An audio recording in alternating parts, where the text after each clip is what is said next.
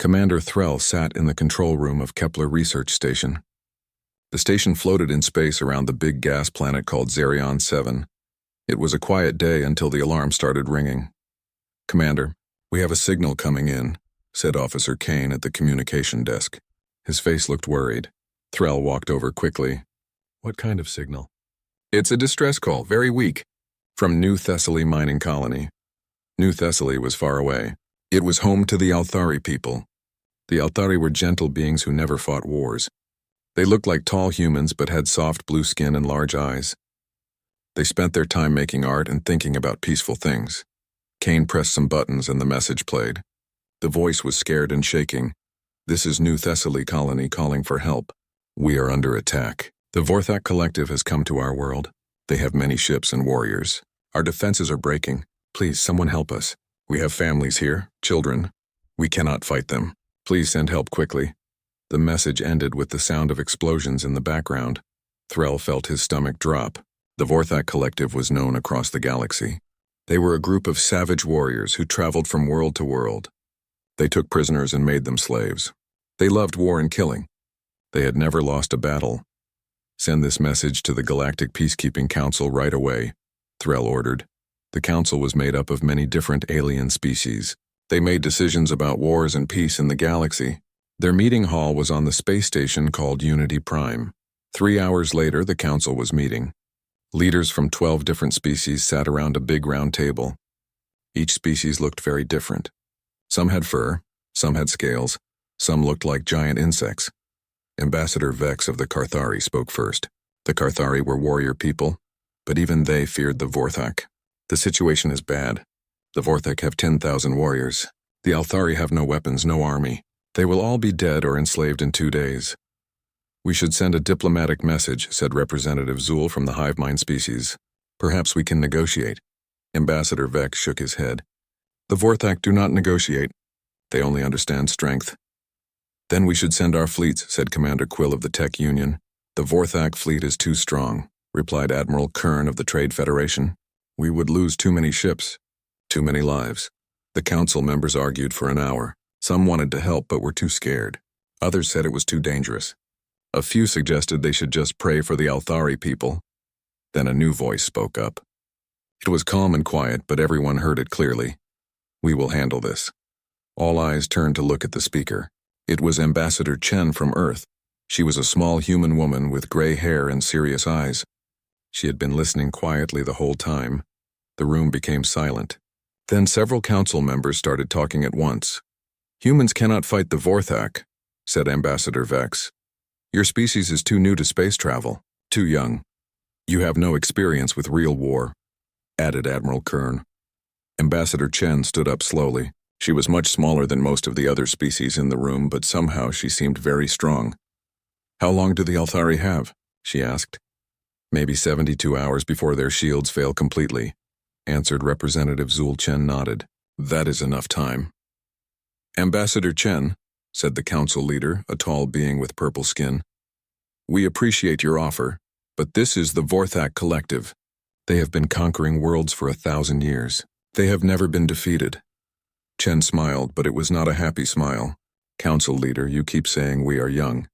You keep saying we have no experience with war." She paused and looked around the room. "You are right that we are new to space, but you are very wrong about war." She pressed a button on her communication device.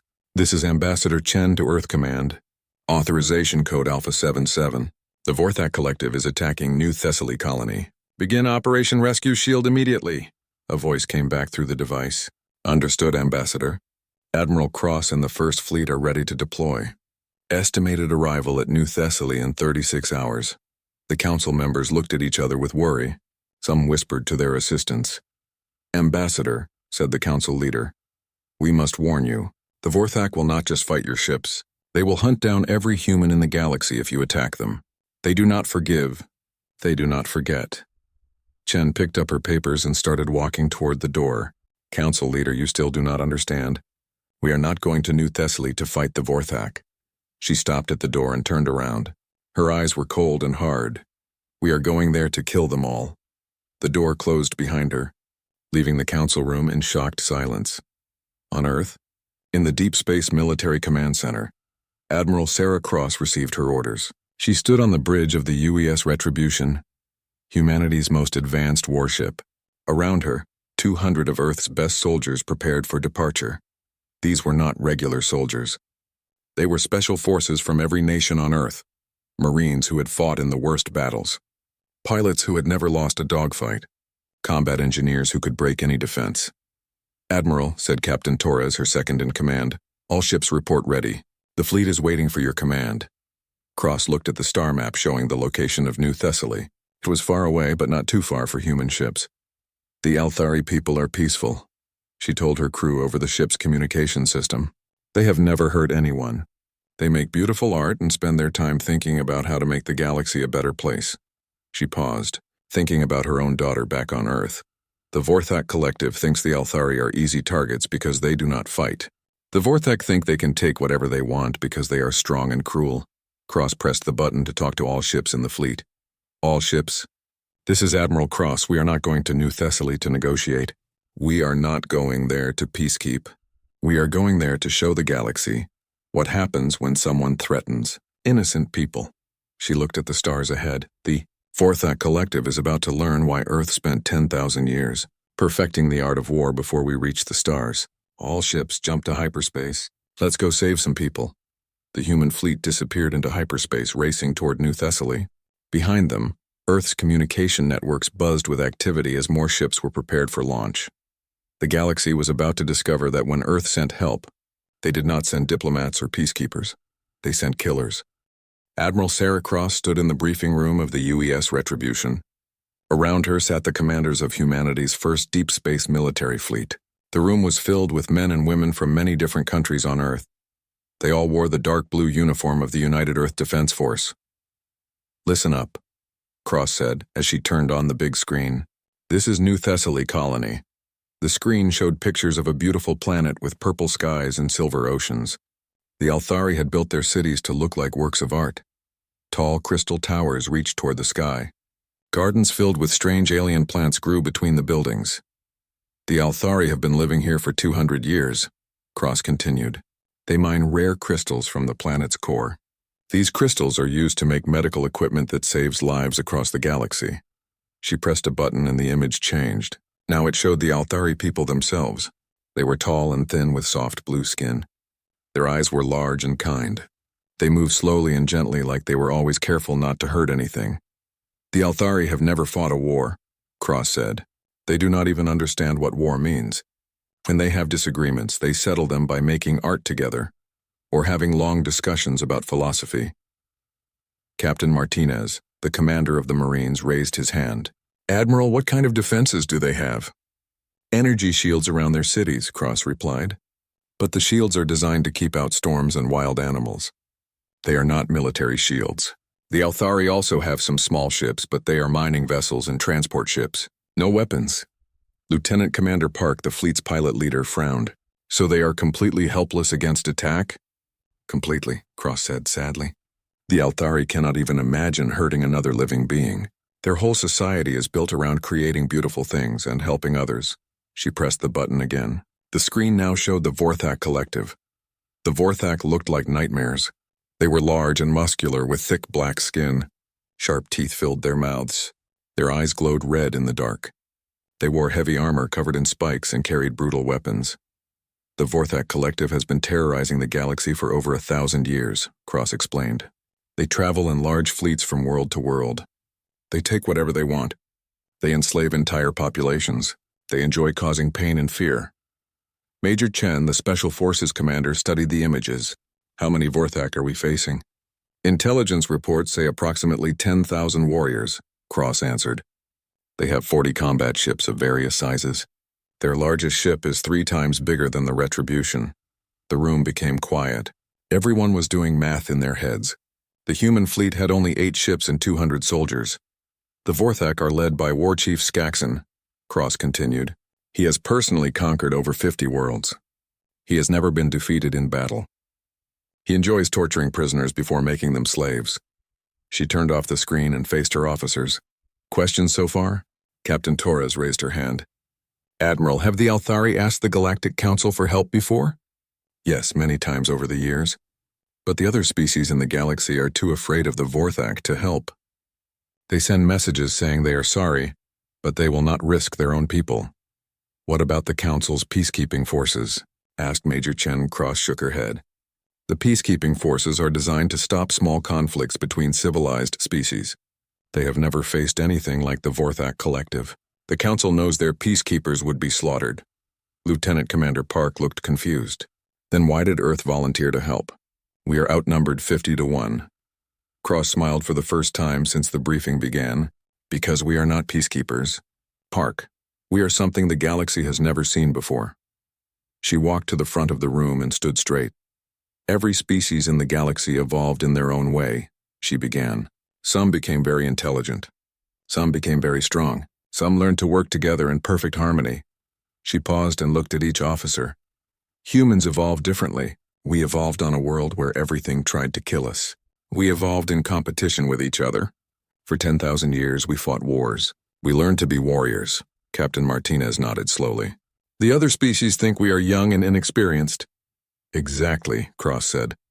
They think because we just reached the stars 100 years ago, we must be naive. They do not understand that we spent 10 millennia learning how to fight before we left Earth. She turned on the screen one more time. This time it showed Earth's history. Pictures of ancient battles, medieval knights, modern armies, and finally space marines. While the Althari were learning to make beautiful crystal sculptures, humans were learning to make weapons. While the Vorthak were conquering weak civilizations, humans were fighting each other and becoming stronger. Major Chen smiled grimly. The galaxy is about to get a lesson in human warfare. That's right, Cross said.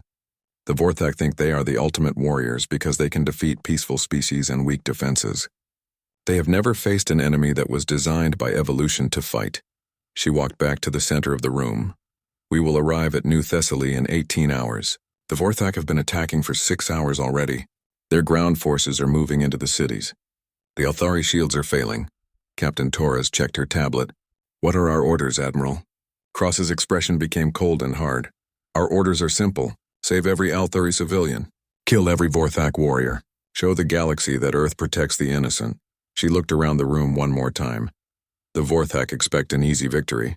They expect the Althari to surrender without a fight. They expect to add another conquered world to their collection. Cross smiled. But it was not a nice smile. They do not expect to run into 200 humans who have spent their entire lives learning how to kill. The officers stood up and saluted. Dismissed, Cross said. Go prepare your teams. Check your weapons. Get some rest if you can. As the officers filed out of the room, Cross stayed behind and looked at the star map on the wall. New Thessaly was still several hours away. Thought about her own daughter back on Earth. She thought about the Althari children hiding in their crystal cities while monsters hunted them. Computer, she said to the ship's artificial. Intelligence, yes, Admiral? Send a message to all ships in the fleet. Tell them to prepare for immediate combat upon arrival. No warnings, no negotiations. We attack the moment we drop out of hyperspace. Message sent, Admiral. Cross walked to the window and looked out at the stars rushing past. Soon those stars would be the battlefield where humanity showed the galaxy what they were really capable of. The Vorthak Collective thought they were the ultimate predators they were about to meet. Something even more dangerous, they were about to meet humans. War Chief Skaxon stood on the command bridge of his flagship, the Blood Harvest. The massive Vorthak warship hung in space above New Thessaly like a dark storm cloud. Through the main window, he could see the planet below where his warriors were hunting the blue-skinned Althari. Report, Skaxon growled to his second-in-command. Commander Krax, the first city has fallen. War Chief, Krax replied with satisfaction. We have captured 3,000 Althari civilians. The remaining cities will fall within hours. Skaxon smiled, showing his sharp teeth. This conquest was going exactly as planned. The Althari had no weapons, no armies, no idea how to fight. Their energy shields had been no match for Vorthak war machines. How many slaves will we have? Skaxon asked. At least 15,000, War Chief. The Althari are healthy and strong. They will work well in the crystal mines. Skaxon nodded. Crystal mining was dangerous work that killed many slaves, but the crystals were valuable. The Vorthak could sell them to buy more weapons and ships. War Chief, called the communications officer. We are receiving a transmission. Skaxon was surprised. The Althari had stopped sending messages hours ago when their main communication center was destroyed. Who is transmitting? Unknown ships, War Chief. They just arrived in the system. Skaxon looked at the sensor display. 8 small ships had appeared at the edge of the star system. They looked primitive and weak compared to Vorthak vessels. Scavengers, he said with disgust, probably hoping to steal some scraps after we finish here. Should we destroy them, War Chief? Not yet. Let us hear what they want first. It might be amusing. The communications officer pressed some buttons and a voice came through the speakers. It was calm and clear, speaking in the common galactic language. This is Admiral Sarah Cross of the United Earth Defense Force. You are attacking a peaceful civilian population. Withdraw your forces from this system immediately. The entire bridge fell silent. Then Skaxon began to laugh. It was a deep, terrible sound that echoed through the ship. Earth? He said between laughs. I have never heard of this species. What sector are they from? The intelligence officer checked his database. According to galactic records, Earth is a small planet in Sector 7. The humans are a new species. They only joined the galactic community 100 years ago. Skaxon laughed even harder. A baby species.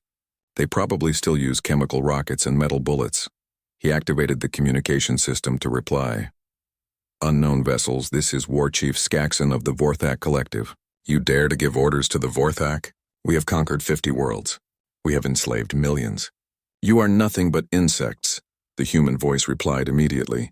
War Chief Skaxon, you have exactly 1 hour to evacuate this system. Remove all your forces from the planet's surface. This is your only warning. The Vorthak bridge crew erupted in angry growls and snarls. No one had ever spoken to the Vorthak with such disrespect. Skaxon's amusement turned to rage. His red eyes glowed brighter and his claws extended. You pathetic little creatures. He roared into the communicator. Do you know who we are? We are the Vorthak Collective. We are the greatest warriors in the galaxy. We will tear your tiny ships apart and use your bones to decorate our halls. There was a pause before the human admiral replied. When she spoke again, her voice was still calm, but somehow it seemed more dangerous. War Chief, you have made 2 mistakes. First, you assumed we came here to negotiate. Second, you assumed we would wait for the hour to expire. Skaxon was about to reply when alarms began ringing throughout his ship. War Chief, shouted the sensor officer. The human ships are attacking. Impossible, Skaxon roared. There are only 8 of them. He looked at the main display screen. The human ships were moving incredibly fast, much faster than their primitive appearance suggested. They were not attacking in any formation the Vorthak recognized. Target the largest human ship, Skaxon ordered. Show them the power of Vorthak weapons.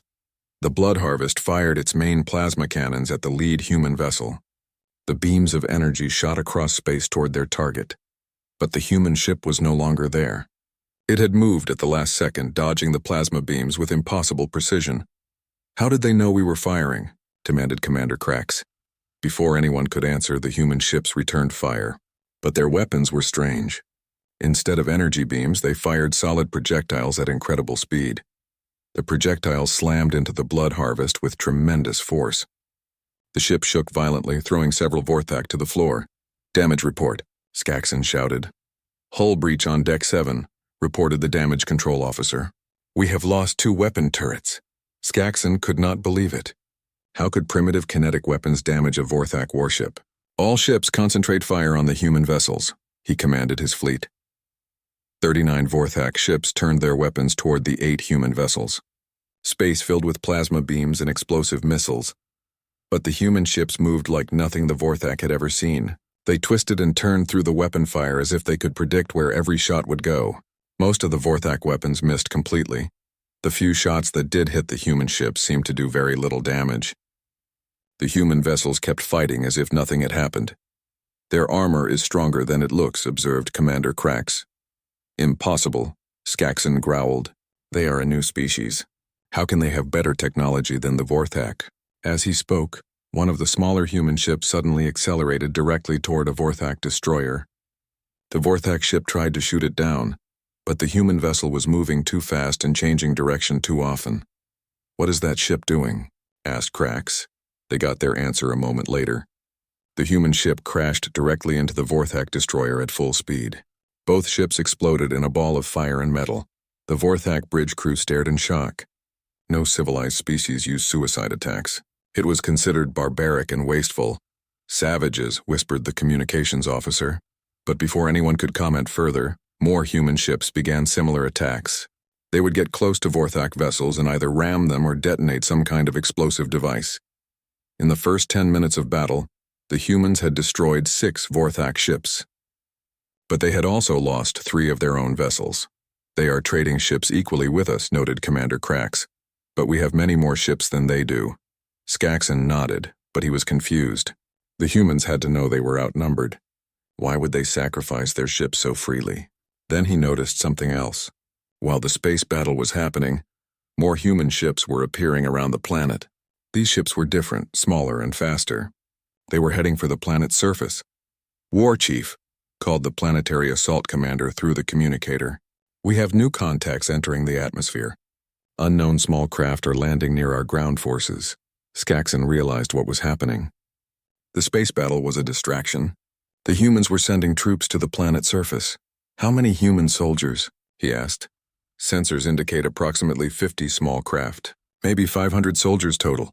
Skaxon relaxed slightly. His ground forces numbered 8,000 warriors. 500 humans could not possibly make a difference. Tell ground command to eliminate the human soldiers quickly, he ordered. Then continue with the slave-taking operation. Yes, War Chief. But as Skaxon watched the space battle continue, he began to feel something he had never felt before in his long career of conquest. He began to feel worried. The humans fought like no species he had ever encountered. They seemed to have no concern for their own safety. They attacked with a ferocity that matched the Vorthak themselves, and their tactics made no sense. They did not fight like a civilized military.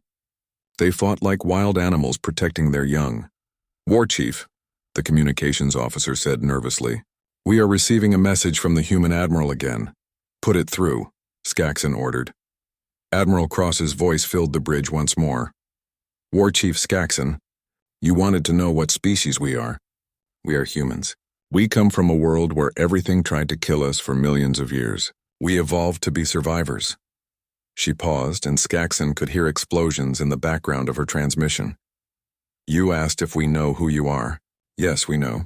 You are bullies who attack defenseless people. You are cowards who only fight when you have overwhelming advantages. Skaxon's rage was building again, but something in the human's voice made him keep listening. But here is what you do not know about us, War Chief. On our world we had a saying, if you want peace, prepare for war. We spent 10,000 years preparing for war. Another pause. More explosions. The galaxy thinks we are young and inexperienced. They are right that we are new to space. But they are very wrong about war. We did not come to the stars to learn how to fight.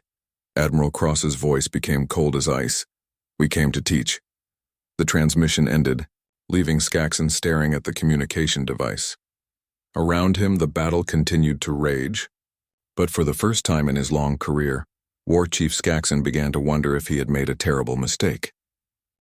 Captain Elena Martinez crouched behind the ruins of what had once been a beautiful Althari garden. The crystal flowers that grew here were now broken and scattered. Smoke rose from burning buildings in the distance. Through her helmet radio, she could hear her squad leaders reporting in. Alpha, squad in position on the north side, came the voice of Sergeant Kim. Bravo squad has eyes on the Vorthak.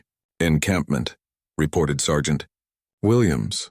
Charlie squad ready to move on your command, said Sergeant Rodriguez Martinez, checked her tactical display.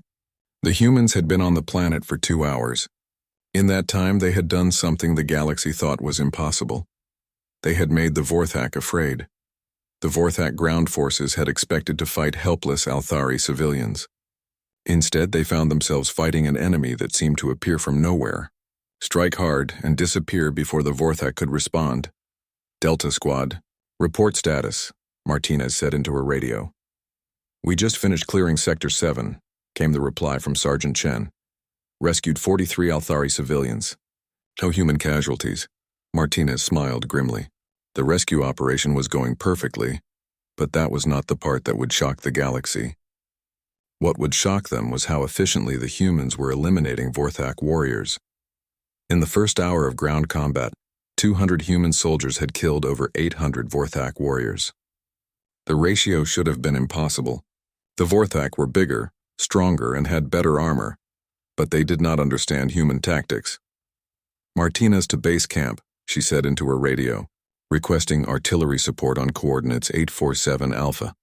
"Artillery confirmed," came the reply from Lieutenant Commander Park, who was coordinating the ground operation from orbit. Firing in 30 seconds. Martinez had spotted a group of 50 Vorthak warriors gathering in a square between two damaged buildings. They thought they were safe because no human soldiers were visible in the area. They were wrong. 30 seconds later, projectiles fired from human ships in orbit slammed into the square with perfect accuracy. The Vorthak warriors disappeared in explosions of fire and smoke. This was something new in galactic warfare. Most species fought either in space or on planets, but not both at the same time. The humans coordinated their space and ground forces as if they were parts of the same organism. "Alpha Squad, begin approach to the main Althari shelter," Martinez ordered. "Bravo and Charlie, provide covering fire." The main shelter was where 3,000 Althari civilians were hiding. It was also where 500 Vorthak warriors had set up their base of operations.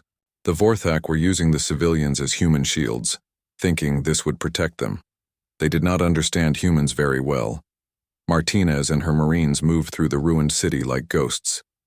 They used the smoke and debris for cover. They moved silently and communicated through hand signals. When they encountered Vorthak patrols, the aliens died before they could even call for help. The Vorthak had learned to conquer through fear and overwhelming force. They had never learned to fight an enemy that was smarter, faster, and more ruthless than they were. "Contact front," whispered Sergeant Kim through the radio. 3 Vorthak warriors 50 meters ahead. Martinez peered around the corner of a broken crystal wall. The 3 Vorthak were walking down what used to be a beautiful street lined with art galleries.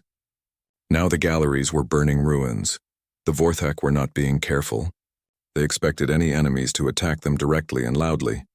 They did not expect to be hunted. Martinez made a series of hand signals to her squad.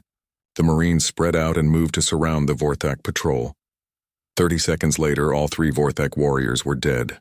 They had died so quickly and quietly that they never had a chance to fire their weapons or call for help.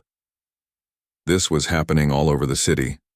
Small groups of human soldiers were systematically hunting down Vorthak warriors. The aliens who had terrorized the galaxy for 1,000 years were being killed like animals.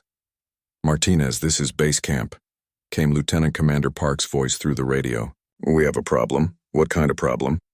"The Vorthak war chief is getting desperate. He just ordered his ground forces to start executing Althari prisoners." Martinez felt her anger growing. The Vorthak were cowards. When they realized they could not win the fight, they decided to murder innocent civilians. How many prisoners are they threatening to kill? All of them. 3,000 Althari civilians. They say they will kill 100 every hour until we surrender. Martinez looked at her tactical display. The main Vorthak base was heavily defended. A direct assault would take hours and might result in many civilian deaths. "Base camp, what are our orders?" There was a pause before Park replied. "Admiral Cross says to save every civilian and kill every Vorthak. No exceptions." "Understood." Martinez out. She switched to the squad command frequency. "All squad leaders, listen carefully. The Vorthak are threatening to execute prisoners. We need to take their base in the next 30 minutes. "Captain," said Sergeant Williams, "that base has 500 defenders. We only have 40 Marines in assault range." "I know the numbers, Sergeant, but we have advantages they do not understand." Martinez called up a detailed map of the Vorthak base on her helmet display. It was centered around a large Althari government building that the Vorthak had captured. "Kim, take your squad to the north entrance. Williams, take the south. Rodriguez, you have the east side. I will take west with my squad." "4 simultaneous attacks?" asked Sergeant Kim. "Captain, that spreads us very thin." "That is the point," Martinez replied. "The Vorthak expect us to concentrate our forces for one big attack. They do not expect us to attack from 4 directions at once." She studied the map more carefully. The Vorthak had set up their defenses to repel a large frontal assault. They had not prepared for multiple small unit attacks. "Remember," she told her squad leaders, "we are not trying to hold territory. We are trying to rescue civilians and eliminate enemies. Move fast, hit hard, and do not stay in one place too long." "What about the prisoners?" asked Sergeant Rodriguez. "The Althari are being held in the building's central courtyard. Once we breach the outer defenses, Kim's squad will secure the civilians while the rest of us deal with the Vorthak. Martinez checked her weapons one more time. Her rifle was loaded with high-velocity rounds designed to penetrate Vorthak armor. Her sidearm contained explosive bullets. She carried 4 grenades and a combat knife. All squads, begin your approach. Attack starts in 10 minutes. As her Marines moved into position, Martinez thought about the Vorthak war chief's threat. He thought that threatening civilians would make the humans back down. He thought humans would choose to surrender rather than risk innocent lives. He was wrong about that too. Humans did not negotiate with people who threatened children. All squads report. Ready? Came the voices of her sergeants. Martinez looked at her watch. It was time. This is for the Althari, she said quietly. Then, louder into her radio. All squads attack now. The human assault began with a sound the Vorthak had never heard before. It was the sound of human weapons firing in perfect coordination. It was the sound of an apex predator species that had finally found prey worth hunting. The Vorthak warriors in the outer defenses died before they understood what was happening. Human soldiers appeared from 4 directions at once, moving with deadly precision. The aliens who had spent 1,000 years terrifying the galaxy suddenly found themselves on the receiving end of something much worse than fear.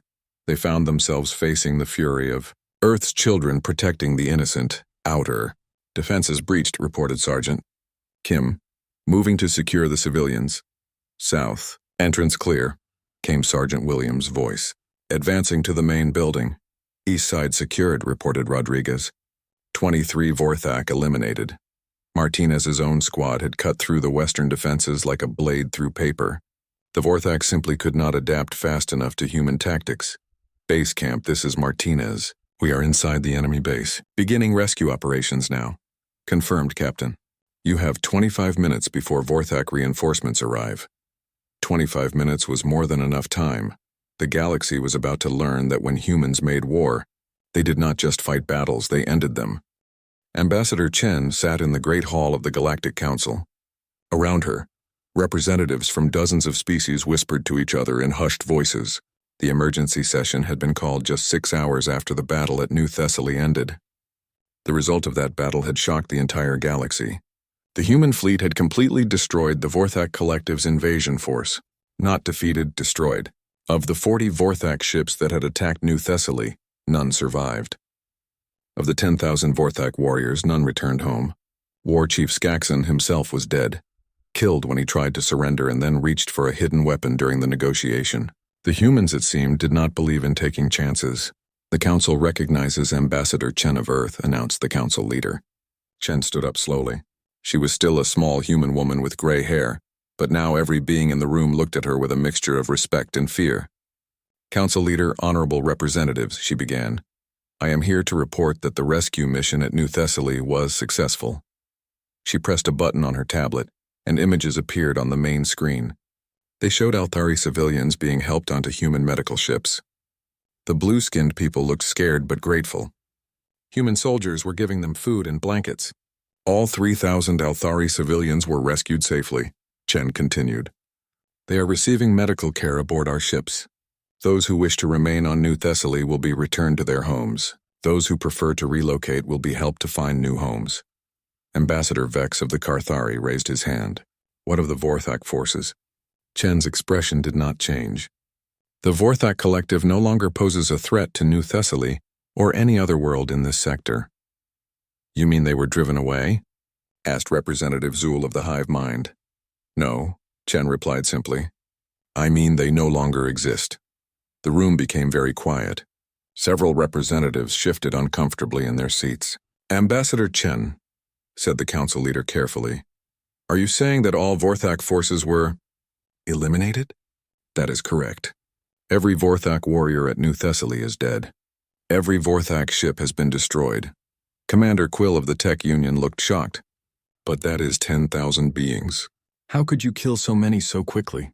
Chen turned to look at him directly. Commander Quill, how many beings did the Vorthak Collective kill during their 1,000 years of conquest? How many species did they drive to extinction? How many children did they enslave? Quill had no answer. The Vorthak chose to make war their way of life, Chen continued. They chose to attack innocent people. They chose to threaten children. We simply chose to stop them. Admiral Kern of the Trade Federation stood up. Ambassador, I do not think you understand the implications of what you have done.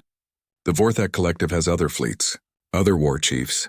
When they learn what happened at New Thessaly, they will come for revenge. Chen smiled, but it was not a happy smile. Admiral Kern, I think you do not understand what happened at New Thessaly. She pressed another button on her tablet. New images appeared on the screen. These showed the space battle from the perspective of human ship cameras. The council members watched in amazement as small human ships danced between Vorthak weapons fire. They saw human vessels ram into enemy ships without hesitation. They saw tactics and maneuvers that seemed impossible. The battle lasted 18 hours, Chen explained. In that time, our forces demonstrated capabilities that apparently surprised many observers. The images changed to show the ground battle. Council members gasped as they watched human soldiers move through the ruined city like shadows. They saw small teams of humans systematically hunting down much larger groups of Vorthak warriors. Our ground forces completed their mission in less than 4 hours, Chen continued. They rescued every civilian and eliminated every threat. Representative Zul spoke up nervously. Ambassador, these tactics, they are very aggressive, very violent. The galaxy has never seen warfare conducted with such intensity. Chen turned off the display and faced the council directly. Representatives, I want to tell you something about humans, something the galaxy seems to have forgotten. She walked to the center of the room. You keep calling us young. You keep saying we are inexperienced. You talk about us like we are children who just learned to walk. She paused and looked around the room. But you are wrong. We are not young when it comes to war. We are ancient. The room was completely silent now. While the Althari were learning to make crystal sculptures, humans were learning to make weapons. While the Carthari were developing their honor codes, humans were developing tactics that would make your warriors weep. While the peaceful species of this galaxy were building beautiful civilizations, humans were building the most efficient military force in the known universe. Chen's voice became stronger. We spent 10,000 years at war with each other. We fought with sticks and stones. We fought with metal and fire. We fought with chemicals and explosives. We fought with nuclear weapons that could destroy entire continents. Several council members looked frightened. Every human child learns about battles from our history. We study wars that happened before any of your species left their homeworlds. We read the writings of generals who died thousands of years ago but whose strategies still work today. Chen walked back to her seat, but remained standing. The Vorthak Collective thought they were the greatest warriors in the galaxy because they could defeat peaceful species and weak defenses. They never faced an enemy that had spent millennia learning to fight. She sat down and placed her hands on the table. You want to know what happened at New Thessaly? Earth's military did what it was designed to do. We protected innocent people from those who would harm them. The council leader spoke carefully. Ambassador Chen, what you describe is impressive, but it is also concerning. If humans are so skilled at warfare, what prevents you from becoming conquerors like the Vorthak? Chen leaned back in her chair. That is an excellent question, council leader. She stood up again and activated her tablet one more time. The screen now showed images of human soldiers helping Althari civilians. The same warriors who had been killing Vorthak hours earlier were now gently caring for injured children and elderly aliens. This is what prevents us from becoming conquerors, Chen said softly. We fight to protect, not to destroy. We make war so that others can have peace. She turned to face the council directly. The Vorthak fought because they enjoyed causing pain. They conquered because they wanted slaves and treasure. They killed because they thought it made them strong. Chen's voice became firm again. Humans fight because some things are worth fighting for. We fight to protect those who cannot protect themselves. We fight to stop bullies and murderers. We fight so that species like the Althari can continue making their beautiful art without fear. The room was quiet for a long moment. Then Ambassador Vex of the Carthari stood up. Ambassador Chen, the Carthari have always prided ourselves on being warriors. But what we saw at New Thessaly, we have never seen anything like it. He paused, then continued. You said that humans fight to protect others. How can the galaxy be sure of this? How do we know you will not use these abilities for conquest? Chen smiled for the first time since the meeting began. This time it was a genuine, warm smile. Ambassador Vex, you can be sure because of what we did not do at New Thessaly. She gestured to the screen showing images of the rescued Althari. We had complete military superiority. We destroyed an entire invasion fleet. We could have claimed New Thessaly as a human colony. We could have demanded tribute or territory from the Althari. She turned off the display. Instead, we helped them rebuild their cities. We shared our medical supplies. We offered to help them improve their defenses so this never happens again, and then we prepared to leave. Chen walked to the window that looked out at the stars. That is how you know humans are not conquerors. When we have the power to take, we choose to give instead. The council leader stood up slowly. Ambassador Chen, on behalf of the Galactic Council, I want to thank Earth for your actions at New Thessaly. You have saved an entire species from slavery and death. Thank you, Council Leader. I also want to formally request that Earth consider joining the Council's peacekeeping forces. Your capabilities would be valuable. Chen turned back to face the Council. We will consider your request. But understand that if humans join your peacekeeping forces, we will not be peacekeepers in the traditional sense. What do you mean? Chen's expression became serious again. We will not stand by and watch innocent people suffer while we try to negotiate with bullies. We will not write strongly worded letters to murderers and hope they change their minds. She looked directly at each council member. If you want Earth's help keeping the peace, understand that we believe peace is only possible when good people are willing to fight evil ones. The council leader nodded slowly. I believe the galaxy is beginning to understand that, Ambassador. As the council session ended and the representatives began to leave, many of them stopped to speak with Chen. The peaceful species thanked her for protecting the Althari. The warrior species asked questions about human military tactics, but it was Representative Zul of the Hive Mind who asked the most important question.